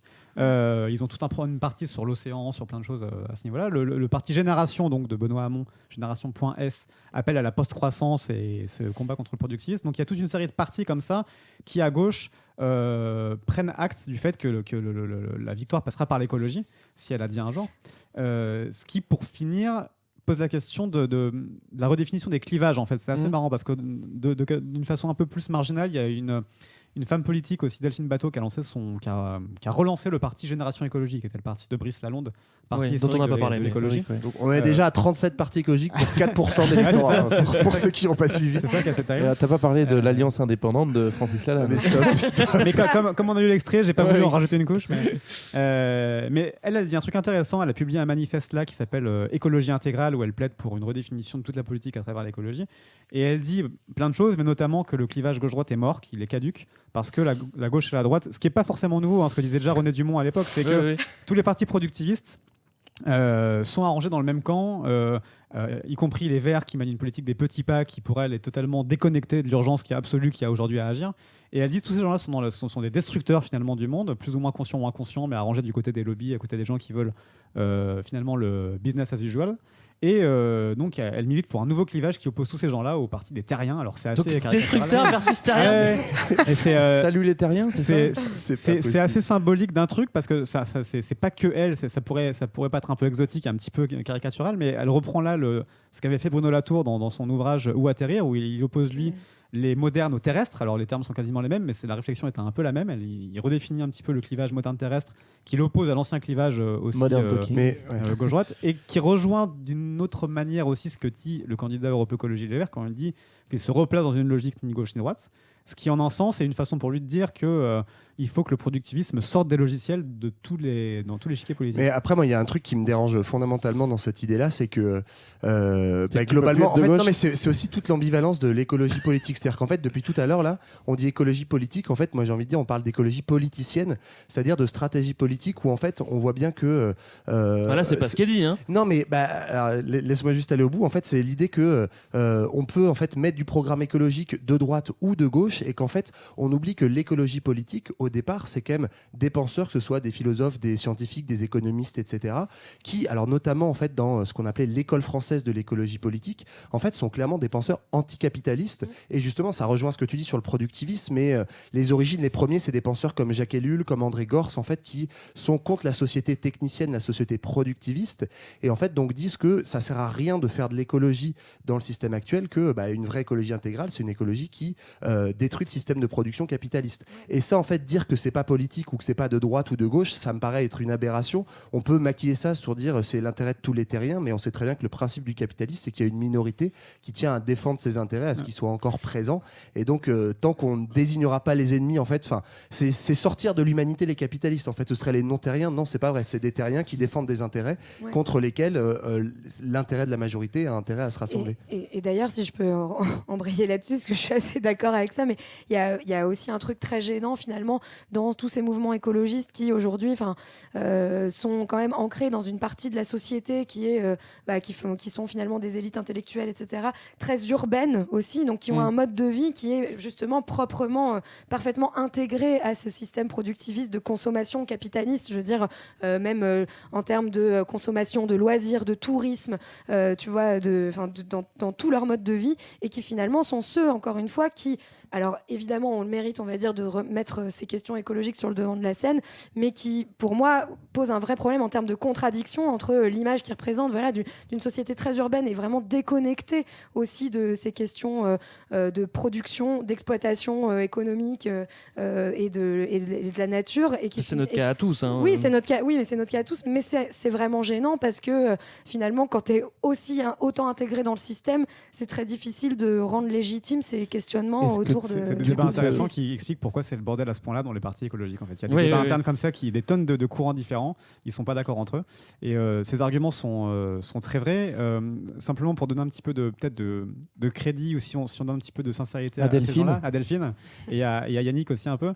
Je pense que ce qu'ils ont en tête, c'est de dire ok, il y a des différences gauche-droite peut-être sociétales qui sont encore très fortes, mais leur ambition, à mon sens, de ce que j'en ai compris, est de dire ok, il faut que la droite elle-même devienne anticapitaliste. En fait, c'est de dire, c'est mal barré. Bon courage les gars, on s'appelle quand vous avez réussi. Ouais, mais en un sens, Trump est écolo. Quand Trump fait capoter les traités internationaux, quand Trump fait capoter je caricature évidemment, il y a un côté où on peut être de droite et anti-capitaliste en un sens. Je partage pas ça, mais c'est pas le cas Trump. C'est le pari que font ces partis-là quand ils veulent appeler à dépasser les clivages, je pense. Alors, est-ce qu'on enchaîne un petit peu et est-ce qu'on va du côté l'international ? Allons voir Trump et tout ce petit moment. Justement, dans le reste du monde, comment ça s'est passé le timing est à peu près le même au niveau de création des partis, notamment en le Europe. Parti vert français, il s'inspire beaucoup du Parti vert allemand qui avait, lui, pour le coup, fait des alliances politiques beaucoup plus tôt et qui a profité d'un modèle politique et d'un fonctionnement de la démocratie allemande un peu différent pour arriver plus vite dans des positions de pouvoir. Donc les Grünen vont servir un peu de modèle au vert, même si en fait ils sont pas du tout dans la même société, donc en tout cas pas dans le même régime politique. On peut pas comparer l'Allemagne et la France. Non, c'est pas pareil. Donc en fait oui, on retrouve ça de façon un peu similaire. De façon générale, en fait, si on s'intéresse à l'échelle internationale qu'on évoquait tout à l'heure, on voit apparaître avec les années 70 une question écologique internationale qui va donner l'occasion à l'ONU de créer des sommets qu'on va appeler les sommets de la Terre, dans lesquels on va convoquer tous les pays pour discuter des problèmes de pollution, puisqu'on a bien compris que ça a appelé à une gouvernance mondiale, que ça ne peut pas être géré juste à un niveau national. Oui, parce qu'il y avait eu Tchernobyl juste avant, donc on s'est rendu compte que la pollution dépasse. Ah oui, c'est vrai. Non, c'est pas arrivé chez nous. Non. ça s'arrête aux frontières. Oui. Ou pas? Bah oui. Ah d'accord, bon, ça va, je suis rassuré. Qu'est-ce qu'on a fini sur le sommet de la Terre? En fait, non. Ce qui est assez intéressant, donc on va pas tous les citer parce qu'il y en a assez régulièrement avec des réussites plus ou moins fortes, mais ce qui est intéressant, c'est que ça va essayer de créer une espèce de droit international et en conceptualisant un petit peu un nouveau rapport à l'écologie qui est censé s'appliquer partout et qui va poser un vrai problème parce que ça va accentuer une fracture entre des pays industrialisés au nord qui du coup peuvent légitimement dire on va arrêter de polluer parce que maintenant c'est bon, on a fait nos industries, on n'a plus besoin de ça, et des pays du sud qui vont se retrouver un petit peu coincés parce que développer ton industrie nationale c'est plus à la mode, mais en même temps il faut bien pouvoir choisir un développement souverain. Donc tout ça va être cristallisé autour de la notion de développement durable qui apparaît à la fin des années 80, et le grand sommet derrière qui la propage, c'est le sommet de la Terre de Rio en 92, qui va préparer en fait une série de conférences et de rassemblements Donc ce qu'on appelle aujourd'hui les COP, je vais très très vite, Oui. j'espère que Vincent ne fait pas trop les gros yeux, dans lesquels on va inviter les États à prendre des engagements, et notamment le premier grand moment d'engagement, c'est le sommet de Kyoto en 97. On va avoir le fameux protocole de Kyoto pour réduire mondialement les gaz à effet de serre. Parce que c'est bien beau de se rencontrer, maintenant il faut prendre des mesures, et puis il faut les appliquer, et puis il faut les faire appliquer. Ouais, le but c'est de se rencontrer, prendre des mesures, et après pas les faire. Ça c'est un truc qu'on aime bien faire. Parce que l'important c'est la rencontre. Mais en gros, il y a 2 moments un peu marquants pour ça. Il y a Kyoto, effectivement. Donc là, c'est un protocole de réduction des gaz à effet de serre. Mais déjà, les États-Unis ne signent pas cet accord. La Chine non plus. Et ça concerne essentiellement les plus grands pollueurs, les pays développés. Donc c'est quand même, ça se solde relativement par un échec. Et ensuite, il y a la COP21. Alors on est encore dans la lignée de ça, mais où c'est quand même 2015. La première fois en 2015 à Paris qu'il y a un accord qui est vraiment mondial, avec aussi justement des pays en fait avec des niveaux de richesse très différents qui prennent ces engagements. Malheureusement, 3 ans et demi, presque 4 ans plus tard, on se rend déjà compte qu'en fait, des engagements qui étaient porteurs de beaucoup d'espoir parce que très très drastiques, en fait, ne sont pour l'instant suivis par personne. Même 18 pays sur 192, je crois, appliquent effectivement des bons engagements. Ça fait même pas 10%. Quoi. C'est que des pays en même temps très très pauvres et qui sont des îles menacées. Aucun pays riche. Qui n'ont pas le choix. Et en plus, sachant que les accords de Paris, donc on les a mis en avant parce qu'il y a une vraie décision politique ferme, même si elle n'est pas suivie de fait. Mais déjà, les accords de Paris ne sont pas assez ambitieux d'après les calculs des scientifiques et les sociétés civiles. C'est-à-dire que globalement, on dit qu'il faudrait arriver à un réchauffement inférieur à 2 degrés à la fin du siècle, alors que 1,5 même normalement. Oui, ce serait l'objectif idéal. Mais si on regarde la somme des contributions nationales, c'est-à-dire que les engagements pris par les différents pays lors des accords de Paris, si tu regardes en gros, s'ils le font réellement, et on vient de le dire qu'ils ne le font pas, on serait plutôt vers 2,7 à 3 degrés à la fin du siècle. Donc de toute façon, déjà les accords de Paris ne sont pas assez ambitieux pour... 2,7, 3 degrés, c'est la fin du monde. Quoi, hein. C'est la fin du monde des vertébrés. C'est pas la fête. Ouais. Sachant qu'à partir de 2 degrés, il y a des études qui montrent que dès qu'on atteint 2 degrés, il peut y avoir un emballement. Ouais. On peut de toute façon passer directement de 2 à 4 degrés. Et après, et bien justement, on va attaquer notre dernière partie, et c'est la plus flippante, et c'est le grand 3. Man vs Wild. Bientôt la fin du monde. Bientôt la fin du monde, 3 degrés, bah oui, pas trop simplement. On aurait pu en ce moment être à la marche pour le climat, tu l'as dit tout à l'heure Vincent, mais nous on s'est dit que c'était plus utile d'expliquer le réchauffement climatique à ceux qui n'ont pas encore compris. Mais il n'y a pas de honte. Hein. Alors justement, plus 3 degrés, comment on peut arriver à plus 3 degrés? Qu'est-ce que c'est que ce réchauffement climatique? Et on parle d'effet de serre, c'est pas forcément clair pour tout le monde. Est-ce que quelqu'un peut nous expliquer? Le phénomène d'effet de serre, c'est quand même quelque chose qui existe en dehors de l'activité de l'homme. Pour le coup, c'est en fait le fait qu'il y ait des couches de nuages et de gaz qui en fait font un effet de loupe ou d'écran qui retiennent la chaleur au niveau de la Terre, la chaleur qui provient du Soleil. Oui, c'est quelque chose de neutre. C'est quelque chose de neutre en tout cas, non lié à l'activité humaine. Ouais. Le problème effectivement, et qui est indispensable. Sinon, pas de vie sur Terre. Sinon, et puis il ferait un peu froid, je pense. Oui. Mais donc le problème, c'est que l'activité industrielle et l'activité humaine, elle accélère très très fortement ce phénomène d'effet de serre, et c'est notamment tous les gaz, donc le CO2 qui est le plus important, qui sont issus de l'industrie, des voitures, etc. Tout ce qu'on connaît bien, et c'est ce phénomène-là qui provoque, alors au niveau mondial, vous connaissez mieux les chiffres que moi, mais un réchauffement global climatique. On parle aussi de bouleversement climatique parce que en fait ça va créer des dérèglements ou de dérèglements climatiques, et en fait toutes les zones ne sont pas considérées comme étant des zones soumises au réchauffement, et c'est ça qui est intéressant. Oui. Mais ça ne veut pas dire que c'est moins grave. En fait, il y a des zones où on va prendre en température, des zones où on va perdre en température. Ça va dérégler de manière très rapide. Et voilà, encore une fois. Les précipitations également. Hein. Et les précipitations également. Et là, en fait, les évolutions climatiques, c'est quelque chose, là encore, dans l'histoire de la planète Terre, qui a toujours existé, mais en fait, qui se fait sur du temps très très long. C'est sur des dizaines de milliers d'années que ça se provoque. Là, en fait, la spécificité avec l'accélération humaine, c'est que ça se provoque sur un temps très court, et donc les espèces n'ont pas le temps de s'adapter, si on revient à Darwin, et c'est là où ça menace non seulement l'espèce humaine, mais un grand nombre du monde vivant. Alors on s'est basé sur 1,5 degré, on l'a dit, 1,5 c'est déjà trop. 3, comme tu l'as dit Vincent, ça peut faire fondre le permafrost et justement libérer d'autres gaz qui va encore accélérer. Donc si on arrive à 3, on arrive facilement à 10. Inquiétez-vous, ça fait très très peur. Petite statistique, on a depuis 1850 des relevés de température qui peuvent nous permettre de mesurer des réchauffements à l'échelle de la planète. Et donc les 4 années les plus chaudes depuis qu'on a des mesures complètes, c'était 2016, ensuite 2017 et 2015 et 2018. Globalement c'est proche. 2019, on est peinard pour l'instant. On peut y aller. Ça va. Chute de la biodiversité, c'est quelque chose dont on parle beaucoup, mais bon, en fait, tout est lié. Hein. C'est accéléré par le réchauffement en plus. Voilà. Ce que tu disais, c'est qu'en fait, on est déjà entré dans la 6e extinction de masse. Alors, il y a un chiffre qui est sympa pour se rendre compte de ça, c'est toutes les 20 minutes, une espèce disparaît. C'est-à-dire que depuis qu'on a commencé à parler, déjà 2 espèces ont disparu. Si c'est des moustiques, moi je m'en fous. Le problème, c'est que c'est pas que des moustiques. Justement, on a besoin des moustiques. Et à l'inverse, il y a un truc, moi je trouve intéressant, ceci dit, pour mettre un tout petit peu d'optimisme et en fait nous décentrer. C'est qu'on s'en fout des autres espèces tant qu'on est là. Non, c'est pas ça. Non, mais justement, en fait, ce qui est essentiellement touché, en fait, c'est les espèces de vertébrés. Donc il y a, je crois, 60% des espèces sauvages de vertébrés qui ont disparu. Et les grands 40 mammifères ans. surtout. Donc c'est énorme, mais en fait, si on regarde l'essentiel des organismes vivants, c'est des micro-organismes, et en fait, eux ne sont absolument pas impactés. Donc tu as aussi en fait plein de scientifiques qui disent, ils disent pas que c'est moins dramatique, hein, mais en fait simplement c'est peut-être aussi la fin d'un monde et c'est la fin du monde des vertébrés. Mais en fait, globalement, 90% des vivants qui est du monocellulaire, en fait, ils en ont rien à branler. Super, il y a plein de microbes toujours. Allez au zoo voir les beaux microbes. Je suis pas entièrement d'accord avec ça. C'est vrai que ce que tu dis, c'est beaucoup les vertébrés. Il y a aussi un biais dont parlait un chercheur, c'est que sur la liste de l'UICN, la liste qui répertorie les espèces en voie de disparition, il y a un biais d'observation, c'est qu'on observe surtout les vertébrés en fait. Or les insectes notamment, alors pour les bactéries peut-être qu'elles survivront, c'est cool pour elles, mais les insectes sont extrêmement touchés. Les insectes, ouais, mais et ça c'est extrêmement dramatique parce que c'est très mal répertorié et en fait il y en a beaucoup, la plupart disparaissent avant qu'on ait le temps de les découvrir. Ouais. Non mais t'as raison sur les insectes, notamment par exemple les abeilles et les insectes pollinisateurs. Pourquoi c'est important? Parce que c'est des insectes qui en fait ont un rôle dans la reproduction des végétaux et en fait les abeilles sont menacées. Mais moi je disais ça, en fait j'avais entendu ça d'un scientifique qui parlait justement, qui lui étudiait les micro-organismes et disait mais en fait les micro-organismes ne sont pas impactés. En fait on est tous espèces animales, on provient tous en fait des micro-organismes. Donc potentiellement ça pourrait être aussi la fin d'un cycle où insectes, animaux on crève tous, mais il va rester des micro-organismes pendant peut-être 1 milliard d'années. C'est un message d'espoir. Oui, mais j'essaie. Ils écouteront Culture 2000, ces micro-organismes. Non, mais c'est aussi qu'en fait, on s'inquiète, c'est la fin de notre espèce. Voilà. C'est souvent un biais qu'on a quand on communique sur la crise écologique, c'est que c'est pas la planète qui est en danger, c'est l'espèce humaine. La vie sur Terre, elle perdurera, ça y a aucun souci. Ce qui compte, c'est notre biosphère à nous. Enfin, elle perdurera.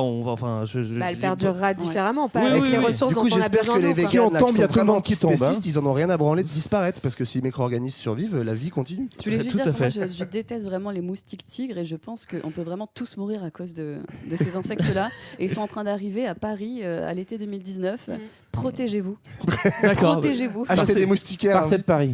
Grand message. Bon, la pollution, on en parle depuis le début, mais ça veut dire quoi concrètement? Évidemment, c'est polluer l'air, l'eau, les sols. Oui, en fait, ce qui est surtout intéressant dans ces phénomènes de pollution, c'est que ça alimente toujours ce cycle-là. En fait, c'est par exemple l'assèchement des lacs ou l'appauvrissement des nappes souterraines. En fait, ça vient perturber tout le cycle de l'eau. Du coup, ça perturbe celui de la terre, ça accroît l'érosion et donc ça amplifie tous les phénomènes climatiques. Donc, en fait, c'est pas juste des choses qui sont pas bien les unes par rapport aux autres, c'est que globalement, elles s'entraînent les unes les autres.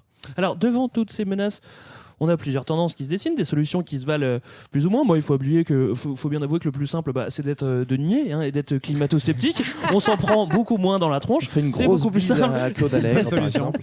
Qu'est-ce qu'on a comme solution aujourd'hui? Il y en a une qui est très critiquée, et je le comprends, c'est la géo-ingénierie, mais on essaie de nous la vendre. C'est-à-dire, c'est modifier le climat et c'est. J'ai jamais entendu parler. Ah bon, c'est des apprentis sorciers, quoi. Voilà, c'est ça. C'est très dangereux, il y a un risque que ça devienne la seule solution parce que quand tout va vraiment s'emballer, qu'il va y avoir des crises mondiales dans les pays riches, en fait, il y a de gros risques que les appels à la prudence des scientifiques et les appels à ne pas faire des choses qu'on ne maîtrise pas soient pas du tout entendus parce que les gens voudront des solutions. Dans la précipitation. Il y a plusieurs types de géo-ingénierie. On ne parle pas toujours de la même chose quand on parle de géo-ingénierie. Il y a le grand parasol. Il y a le fait de mettre des particules métalliques dans l'atmosphère pour réfléchir, pour diminuer l'effet de serre dont tu parlais, pour diminuer la quantité de soleil qui nous parle bien. Un canon à métaux. Faut savoir qu'il y a un volcan, le Pinatubo, je crois, qui est entré en éruption. Alors, j'ai plus la date en tête, mais qui avait fait cet effet-là. Qui avait fait cet effet-là sur l'échelle de quelques années, à l'échelle mondiale, parce qu'il avait relâché des tonnes de poussière avec plein de minéraux dedans et qui ont rendu plus opaque l'atmosphère. Et donc, qui empêchaient les rayons de notamment passer. La Révolution française est aussi la conséquence d'un réchauffement climatique. Parce que on appelle, je crois que c'était le printemps 1788 qu'on a appelé l'année sans hiver. Ou l'année, alors je ne suis pas sûr du tout de mes expressions, mais il y a cherché sur Google si vous voulez. Il y a vraiment un moment où on a eu cet effet-là qui était dû à l'explosion d'un volcan à l'autre bout de la planète en fait. Et il y avait aussi un peu la merde en France. Mais vraiment, il y a plein de lectures possibles sur la Révolution, mais voilà, il y a cet aspect-là vraiment apprentissage anti-sorcier. L'autre aspect plus discuté, c'est celui de capter le CO2. Alors oui, mais c'est-à-dire que pour capter le CO2, il va falloir en produire. C'est-à-dire que c'est quand même ça, c'est un peu un cercle vicieux, quoi. Alors sachant qu'en fait, quand les scientifiques du GIEC, le groupe international sur l'évolution du climat, qui nous alerte depuis des années, parlent d'objectifs 1,5 degré, ils nous disent oui, c'est pas encore totalement perdu, on a encore un espoir. Il faut savoir qu'en fait, pour qu'il y ait encore un espoir, ça comprend ces méthodes-là. Il faut absolument passer par le captage du carbone si on veut tenir les 1,5 degrés. Ce qui est rarement dit d'ailleurs. Mais alors on capte le carbone et on en fait quoi après ? Ça peut passer par les. En fait, ce qu'on appelle le captage du carbone, c'est planter des forêts par exemple. Oui, c'est d'accord. Ouais. Okay. Après, des espèces d'autocollants à mouche là que tu et ne pas couper, enfin arrêter la déforestation, ce qu'on n'est pas non plus en train de faire. Quoi. Pas vraiment, ce qui est intéressant sur ces solutions de géo-ingénierie, en fait, c'est que ça nous ramène au débat du tout début, à savoir le positivisme. Ouais, en fait, c'est-à-dire que moi, ce que je trouve assez aberrant, et derrière ça, plein de gens qui défendent l'écologie politique disent ça, c'est que c'est trouver une solution scientifique, une solution technicienne à un problème qui est déjà lié à notre technique. Et donc l'idée, c'est est-ce qu'en fait on cherche des solutions scientifiques au réchauffement climatique ou des solutions politiques au sens de repenser notre organisation humaine, etc.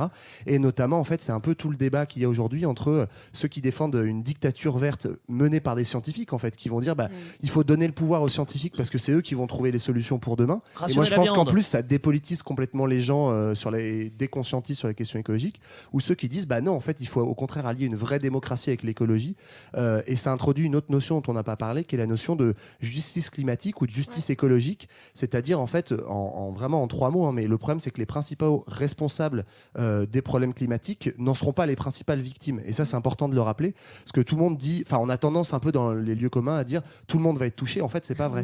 Les principales personnes touchées, c'est les plus pauvres, c'est les pays les plus en difficulté, et même dans nos pays c'est les gens qui sont en précarité énergétique, etc. Donc en fait il y a tout un tas de gens en fait qui sont contre ces solutions scientifiques, qui vont proposer des solutions politiques, démocratiques, en disant c'est impossible d'avoir une solution à l'écologie et une solution climatique sans avoir une solution de justice sociale, et donc justice sociale et justice climatique doivent aller ensemble. Pour lister quelques-uns des problèmes soulevés par la géo-ingénierie, il y a d'un côté l'aspect, comme tu le dis, qui nous déresponsabilise, et l'aspect aussi un petit peu épée de Damoclès, c'est-à-dire que si on continue à émettre du CO2 comme des dingues, avec une couche qui nous protège du soleil, en émettant régulièrement des particules métalliques dans l'atmosphère, si du jour au lendemain, pour une raison technique, politique ou autre, on arrête d'émettre ces particules protectrices, plutôt, on peut passer du jour au lendemain de 0 degré à plus 5 degrés. Tu as un très bon film qui illustre ça, qui s'appelle Geostorm. C'est une belle merde des studios américains, mais pour le coup, c'est... Et l'aspect plus pervers du truc, c'est sur les solutions plus soft, entre guillemets, de captation du CO2.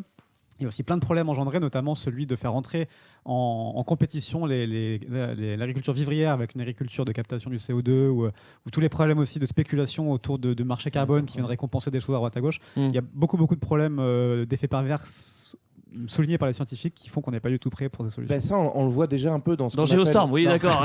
Non, mais vraiment, pour sortir un peu de la géo-ingénierie et aller peut-être aussi vers l'idée de transition énergétique, puisque c'est l'émission de carbone en fait qui nous pénalise, qui nous met dedans. Et pour faire le lien avec ce que tu disais, notamment les fausses bonnes idées de la transition énergétique, on l'a vu par exemple avec les agrocarburants, où en fait tu transformes une agriculture qui est dédiée pour nourrir une population, tu vas en faire en fait un carburant potentiel, et donc du coup tu vas l'ouvrir beaucoup plus fort à la spéculation.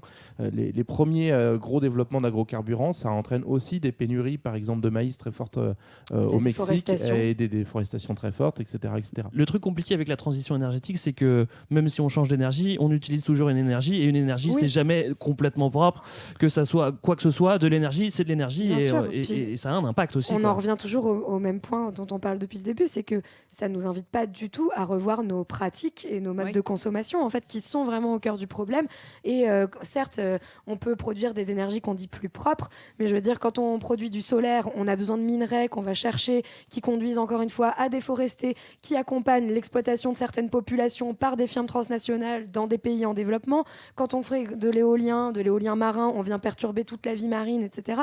Donc encore une fois, certes, on produit de l'énergie qui est plus propre, moins polluante, mais on en revient à ces questions, encore une fois, politiques, sociales, dont on parle depuis le début. Sur cette question, il y avait une étude intéressante, je ne sais pas si vous l'aviez vu passer il n'y a pas longtemps, d'un cabinet d'études B&L Evolutions. Non, je ne connais pas Evolution. J'ai fait l'effort de prononciation. Non, qui de façon un peu provocante, mais pour aussi nous faire prendre conscience sur nos modes de vie, de ce qu'il fallait changer. Si on voulait limiter le réchauffement quasiment à 1,5 degré Celsius par rapport à l'ère pré-industrielle.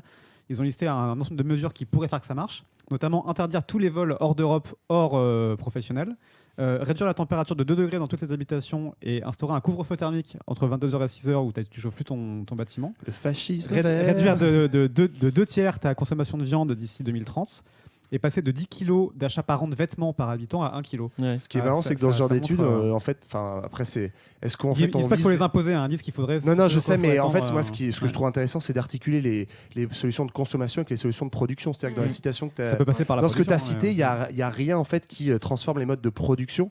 Et en fait, les hommes, c'est pas pour nous déresponsabiliser, mais non, en fait. De fait, si tu consommes moins, tu produis moins aussi. Oui, mais c'est facile, encore une fois, d'avoir un discours hyper culpabilisateur sur les populations. On est d'accord. Quand, en fait, elles sont au cœur d'un système de consommation et de production c'est qu'on pas forcément n'invite pas du tout. Non, mais ça passe pas forcément par la consommation. Ça peut passer par des réglementations contre les producteurs, mais ça aboutira au fait que tu achètes 10 fois moins de vêtements. Un exemple tout bête, moi je trouve, mais c'est typiquement la naissance du mouvement des Gilets jaunes, c'est-à-dire on dit ce qui paraît être une bonne idée, on va augmenter la taxe carbone pour que l'essence soit plus chère, et en fait pourquoi ça crée une grogne sociale? Parce que les gens disent, en fait moi je veux bien, mais mettez un boulot qui soit pas à 50 km de chez moi pour que je sois pas obligé de prendre ma voiture. Et donc on voit bien qu'en fait des normes comme ça découplées de réfléchir à nos modes de vie, nos modes de production, en fait ça n'a pas de sens et ça marchera pas. Par ailleurs, l'étude préconise aussi de multiplier les trains et de multiplier les transports. Mais sauf qu'on ferme les lignes de train, on privatise. Voilà, donc c'est ça. Mais moi, ça me fait penser à cette expression du développement durable que en fait je comprends toujours pas aujourd'hui parce que. Explique-la nous alors. Non, mais vraiment, je comprends pas pourquoi on dit développement durable. Un développement peut pas être durable si un développement égale croissance, si c'est vu de cette façon-là. Ça veut pas forcément dire. Dans la définition de l'ONU, qui a créé ce concept-là, c'est l'idée de répondre à des besoins. Donc c'est en fait un développement, c'est ça, c'est quelque chose qui va répondre aux besoins d'une société et du coup il va être durable parce que sa façon de répondre à ces besoins va pas entamer la capacité de ceux qui viendront après nous à répondre aux leurs, quoi. Donc c'est pas forcément un appel à la croissance, le développement durable, même si, et c'est tout le problème qu'on a avec ce qu'on appelle aussi le greenwashing pour parler des entreprises, oui, c'est l'idée que en fait cette notion de verte. développement durable, on va totalement la dépolitiser, ça devient un magnète qu'on colle un peu partout, et donc tout le monde fait du vert. Tu vas à Carrefour, tu vas pouvoir acheter des beaux produits bien bio, bien étiquetés verts, qui en fait et bien emballés. Voilà, sont couverts de plastique et ont été produits à des milliers de kilomètres. C'est comme ça que tu te retrouves dans des boîtes comme Areva avoir un responsable du développement durable, par exemple, ce qui n'a aucun sens. On parle aussi, on en a parlé entre nous aussi de la notion de décroissance, de changement de société. On dit qu'il faut changer de vie, changer radicalement de mode de vie. Bon, écoutez, c'est pas facile, mais on pense aussi que ça peut être une piste pour régler tous ces problèmes. Là encore une fois, on n'a pas le temps de développer ces différentes théories-là, mais en tout cas, développement durable, décroissance, etc. Ce sont là pour le coup des tentatives de recherche de solutions politiques et donc de comment est-ce qu'on recrée en fait une organisation sociale harmonieuse et équitable socialement et viable écologiquement. J'invite vos auditeurs à lire, s'ils veulent approfondir le sujet, le bouquin de Kate Raworth, une économiste anglaise qui a écrit un bouquin qui s'appelle La théorie du donut, qui explique comment changer de modèle économique et qui a un début historique très intéressant où elle explique comment les théories économiques ne sont pas du tout rationnelles et ce sont des croyances qui ont été imposées, la croyance en la croissance nécessaire, etc. C'est très intéressant. C'est une idéologie en soi. C'est une idéologie. Ça fait beaucoup de trucs à lire. Ça fait un peu trop de trucs à lire. Après une émission de 2 heures, on espère que vous êtes en forme. Et je voulais juste rajouter une dernière chose, mais c'est juste par rapport à la pollution numérique. Alors je change un petit peu, mais c'est juste un truc dont on est très peu conscient de ça aujourd'hui. Pour un email stocké dans votre boîte mail, en fait, c'est quand même 10 grammes de CO2 générés par an, donc personnellement, j'en ai 1200 sur ma boîte mail. Il faut que tu les vires. Il faut vraiment que je les vire, mais je pense que je suis pas la seule. Et Effacez vos podcasts. C'était la seule. Effacez vos anciens épisodes de Culture 2000 qui sont sur le cloud. Plus.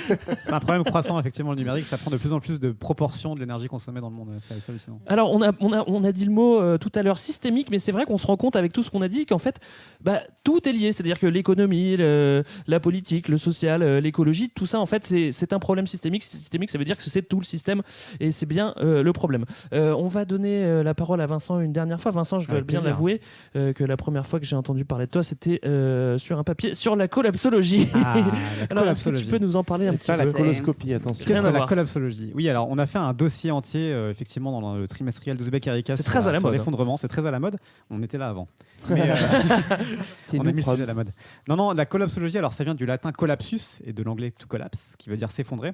C'est la théorie de l'effondrement qui n'est pas nouvelle. On parlait de l'histoire de l'écologie politique. René Dumont en parlait déjà, du risque d'effondrement systémique de notre civilisation thermo-industrielle. C'est les termes qui sont employés. Donc c'est le monsieur quand on de parle l'eau, de du ça. verre d'eau. Le monsieur du verre d'eau et du pull rouge. En fait, tout remonte. C'est marrant parce que quand on parle d'écologie, il y a souvent ce même moment clé fondateur qui remonte, c'est le début des années 70. Ouais. En 1972, le Club de Rome se réunit, qui devient une espèce de truc mythique pour les écolos, où en fait tout un tas d'intellectuels, enfin de scientifiques plutôt, se réunissent et font des modèles pour étudier comment va évoluer la société avec nos modes de consommation. Ils mettent les courbes de la population qui croît, de la consommation d'énergie qui croît, de la pollution qui croît, de l'agriculture, etc. Et ils se rendent compte qu'en fait, en modélisant tout ça, si on continue sur le même rythme, tout va s'effondrer. À partir de 2030 à peu près, donc la population s'effondre, la production s'effondre, tout s'effondre comme ça, parce qu'on atteint les limites, ce qui paraît assez logique pour les écolos. D'un monde fini, d'un monde limité. Ne permet pas une croissance infinie. Ouais. Donc ils publient leur fameux bouquin Halte à la croissance. Rapport Meadows. Rapport Meadows de 72. C'est le couple Meadows. C'est Donella Meadows et son mari, dont j'ai oublié le prénom. Mais on va l'appeler Michel. Michel Meadows. J'aurais dit Jacques. Mais... Jake Meadows du MIT. Et voilà. Et en fait, tout part de là où il y a ces courbes-là qui sont assez terrifiantes parce que elles sont plus ou moins vérifiées jusqu'aujourd'hui. C'est-à-dire que si on prend leurs courbes entre 72 et 2018, elles sont vraies. Et leurs courbes s'effondrent en 2030.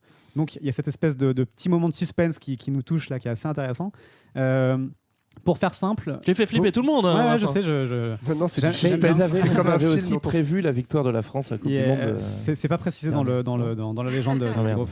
Ils sont repris ensuite par beaucoup d'intellectuels. Il y a notamment Jared Diamond, l'américain, qui étudie comment les civilisations peuvent s'effondrer, qui a été cité toute l'année 2018 par notre Premier ministre Édouard Philippe. C'est assez intéressant. Il n'arrêtait pas de parler de intéressant. Oui. Lol. C'est marrant qu'il en parle. En termes de dissonance cognitive, c'est assez intéressant. Il y a Dimitri Orlov, un russo-américain qui étudie aussi les 5 stades de l'effondrement. Donc ces gens-là se posent des questions. Pourquoi l'Union soviétique s'est effondrée? Pourquoi la civilisation de l'île de Pâques, les Mayas ou les Romains se sont effondrés? Et ils tirent de toutes ces corrélations des grandes lignes où en gros, à chaque fois que les civilisations épuisent leurs ressources naturelles, ont des taux d'inégalité trop importants, ce qui rejoint ce dont on parlait tout à l'heure aussi, il y a un moment donné où elles s'effondrent. Là, le problème, c'est que la civilisation, elle est mondiale, et que si elle s'effondre, il y en a pas une autre qui prend la relève. C'est globalisé. Et on est extrêmement fragile.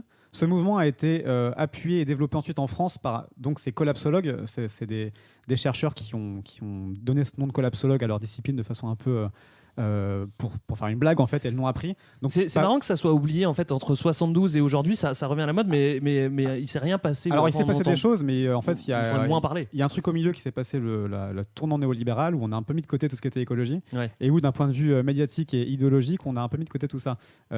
Carter était un président assez attentif à l'écologie, et à partir de Reagan, on n'en parle plus d'écologie, tout ça est mis sous le tapis.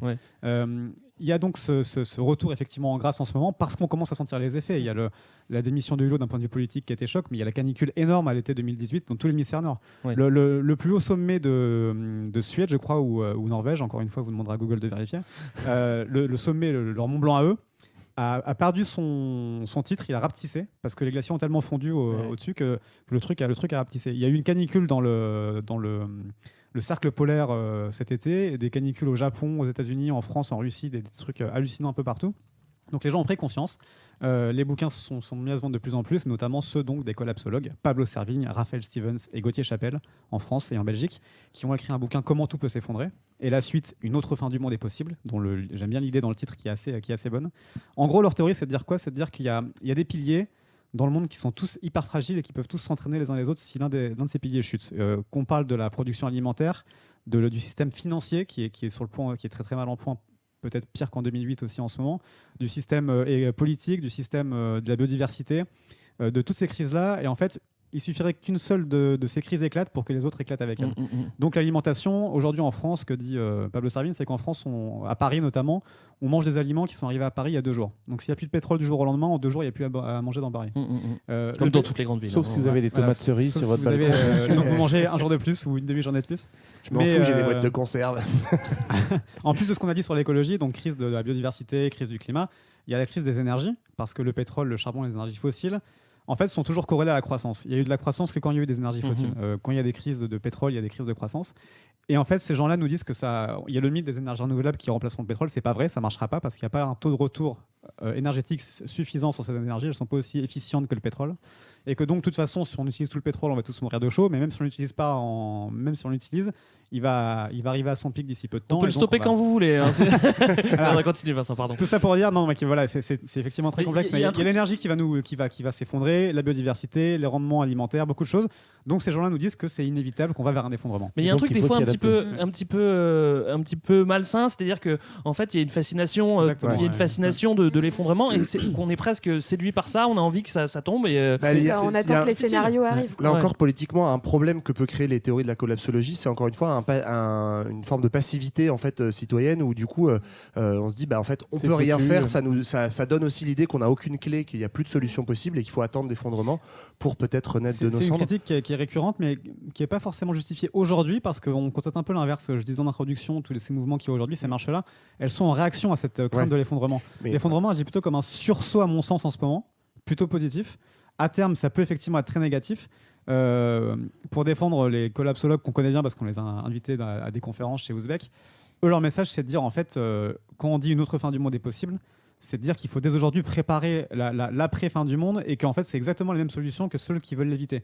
C'est faire du local, faire de la résilience, renouer des liens sociaux proches, faire du durable, faire de l'agroécologie. Avoir une réappropriation aussi politique. Se réapproprier les outils d'énergétique, etc. Un changement de modèle. Il y a un peu tout ça. Donc effectivement, il y a le risque de perte d'action politique, mais voilà, c'est pris en compte par les collapsologues et en tout cas, on espère qu'ils n'ont pas totalement raison. Sachant que dans les pires scénarios, il y a quand même le directeur de l'Institut Potsdam, je crois, sur le climat en Allemagne, qui prédit qu'on ne soit plus qu'1 milliard d'êtres humains à la fin du siècle. D'accord. Voilà. Bon, voilà, après toutes ces bonnes nouvelles, je pense que vous en avez assez. Moi, perso, c'est bon. Mais allez vomir. Évidemment, c'est des questions qui sont très importantes et c'est pour ça qu'on a décidé d'en parler et qu'on t'a invité, Vincent. Merci d'être venu. Merci à tous pour ces nouvelles rassurantes. En tout cas, on espère que ça vous a donné envie d'aller marcher pour le climat. Au pire, vous pouvez aller marcher en écoutant un épisode de Culture 2000, celui-là. Merci à toi, Vincent. Nous, on se retrouve la semaine prochaine pour un billet 2000, dans 2 semaines pour un épisode.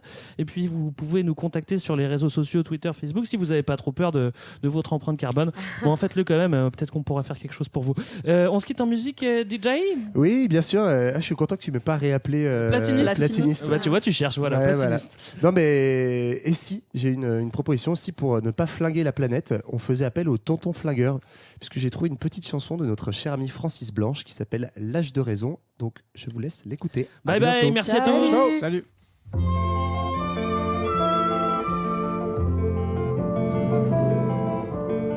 La ville écrase la forêt pour y installer son décor, sans songer au bruit que ferait le chant de tous les oiseaux morts. On cimente le paysage, on bétonne les horizons, nous voici arrivés à l'âge de raison. Le petit sentier de l'école est une autoroute à 6 voies qui mène à la piste d'envol où les Boeing hurlent de joie. Il y a du goudron sur la plage et du gasoil sur le gazon, nous voici arrivés à l'âge de raison. On a piétiné les ballades et les refrains de nos printemps, on en a fait des marmelades pour des vieillards de 17 ans qui font sauter les pucelages avec des trognons de chansons, nous voici arrivés à l'âge de raison. Les décibels nous assassinent, les scooters nous bouffent le cœur et la télé dans les cuisines nous explique notre bonheur. Quand on veut rêver, les nuages ont la forme de champignons, nous voici arrivés à l'âge de raison. Rien à faire, petit bonhomme, mets ta tête sous l'oreiller. Grand-mère a bouffé une pomme et c'est à nous de la payer. Tiens-toi tranquille, reste sage, enfoui au creux de ta maison. Et laisse passer l'âge de raison.